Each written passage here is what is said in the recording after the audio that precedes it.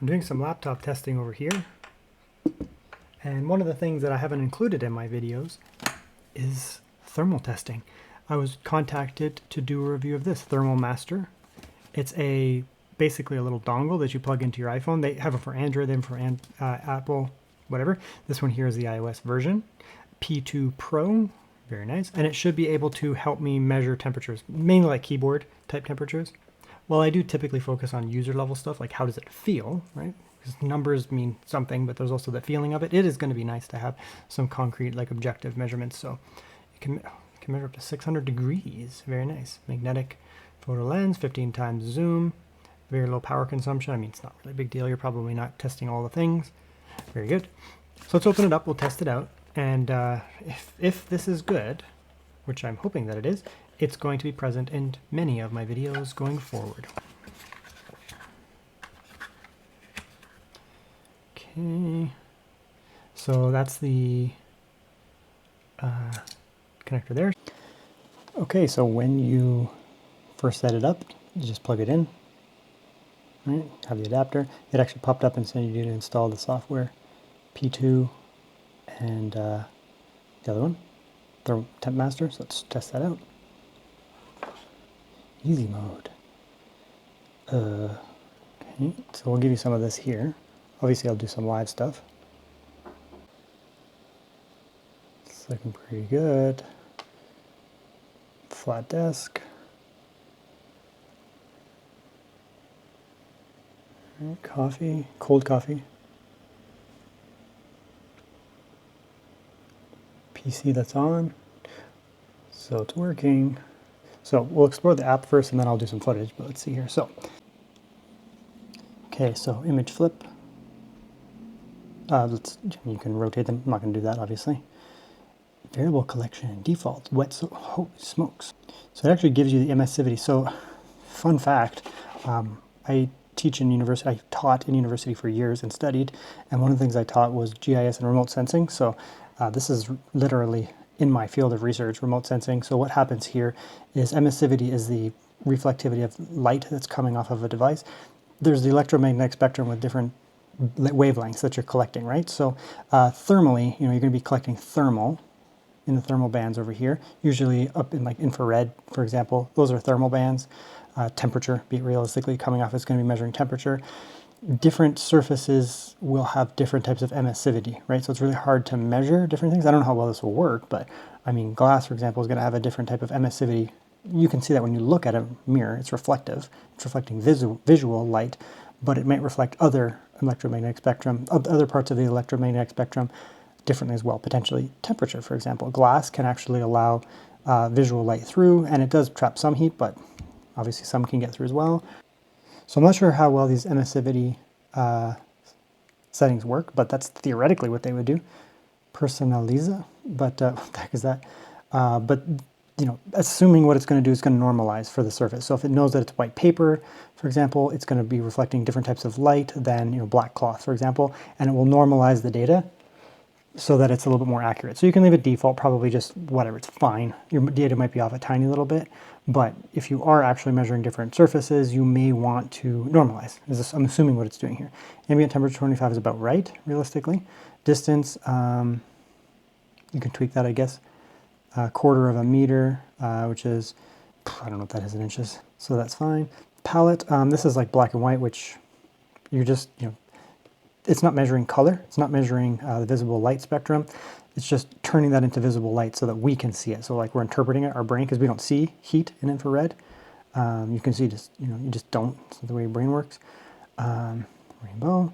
Typically, that's more what people are used to. Iron red, like the red type, where red equals hot. It's just the way humans are. Right? That's a little extreme though. Like it's not that hot. Right?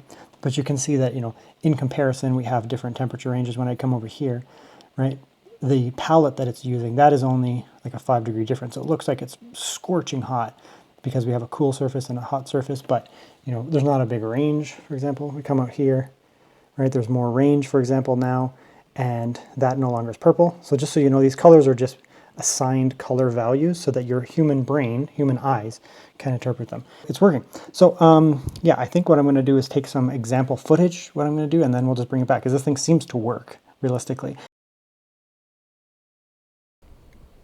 Okay, we're going to start here with the temp master. That's the one to actually show temperatures. It doesn't appear to collect audio. You can do video and pictures, but it doesn't appear to collect audio.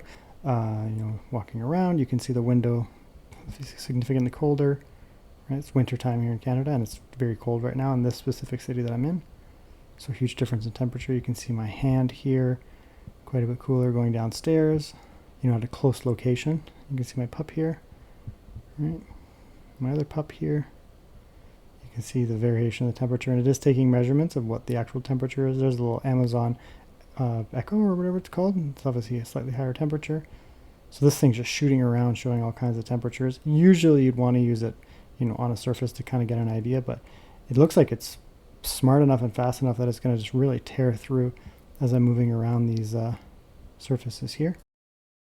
And then you can activate a side camera here, so you can see that my camera on my actual phone is now doing that. So here's the camera on my phone, which will obviously be slightly staggered, and the thermal camera at the same time, so you can actually understand what I'm looking at here, right?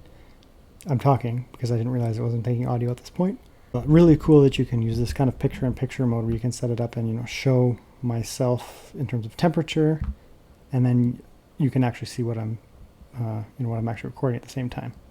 And here's a look at the laptop, for example, just looking at some different surfaces. Obviously the center of the keyboard is slightly warmer, and I left the picture on so you can actually see what I'm looking at. It's pretty obvious. This is a laptop, just based on temperature.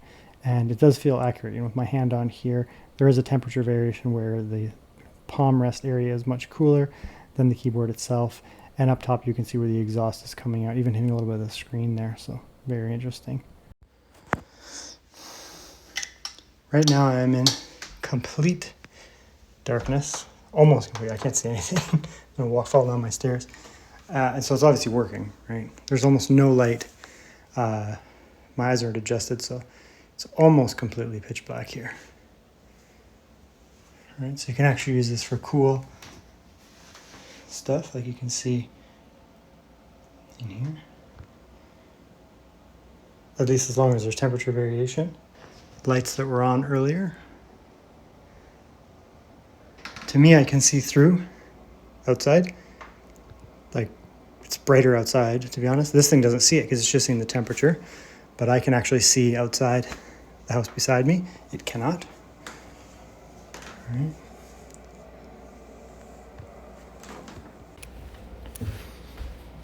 I can see. Not very well, though. It's very dark in here. No lights are on.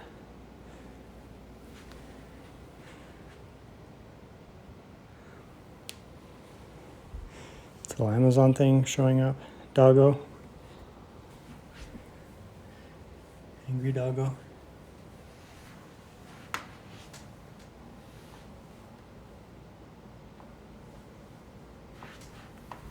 You can see where there's a vent on the floor there. Right? See the temperature coming out? That's heat's on, and it's actually heating up the side of the chair here. Very cool. Plants. Oh, what's that? Why is that so? What the heck? There's something here. This is a wall. I can feel heat there actually though. Yeah. Look at that.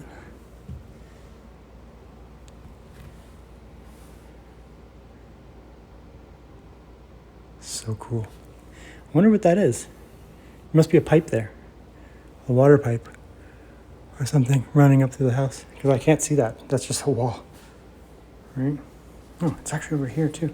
What? What am I discovering here? See, that's my couch.